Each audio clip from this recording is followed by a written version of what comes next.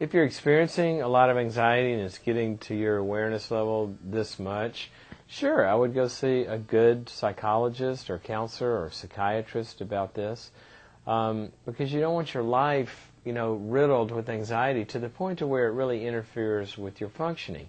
Also, I would seek some spiritual guidance, because a lot of times, anxiety comes from not having the kind of spiritual values and spiritual community and spiritual understanding and a prayer life and a faith and all of that really tends to ground us in a very, anxious world anyway. So I'd make sure that that's in place. But when you're talking about the specific symptoms, you're a complex being, and you've got a body and you've got a mind and you've got, emotions and a soul and all of this sort of stuff. And anxiety can show up in any or all of those areas. Physiologically, people have anxiety symptoms. When you have an anxiety attack, you have heart palpitations and, maybe sweaty or clammy palms or, all sorts of other sorts of physiological sensations, from tingling to, a bunch of stuff.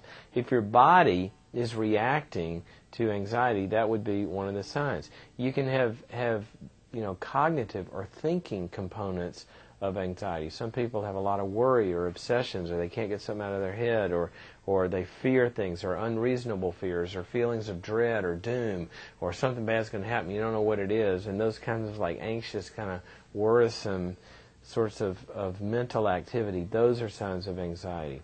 Sometimes with an anxiety attack, somebody starts to fear they're going to die. A lot of people end up with panic attacks who go to the emergency room. They think they're having a heart attack or going crazy, and ask any emergency room physician, and they'll tell you, they've treated a lot of people with panic attacks that were, thinking they were having a heart attack or going to die. So generally, that fear comes into the equation somewhere. People have a lot of other kinds of fears around anxiety.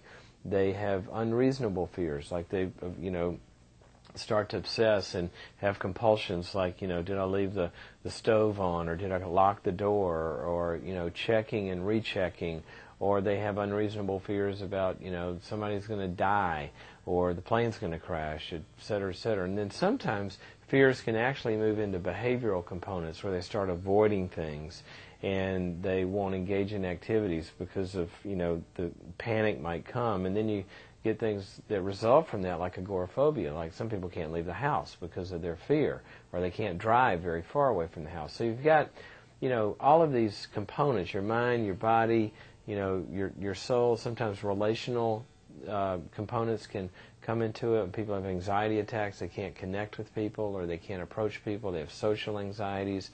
And so those are some of the symptoms. If that's, getting to a place where it interferes with life and you don't understand where it's coming from, by all means, go see a good counselor. Anxiety, for the most part, is something that we understand very well and can be treated, especially panic attacks and anxiety attacks.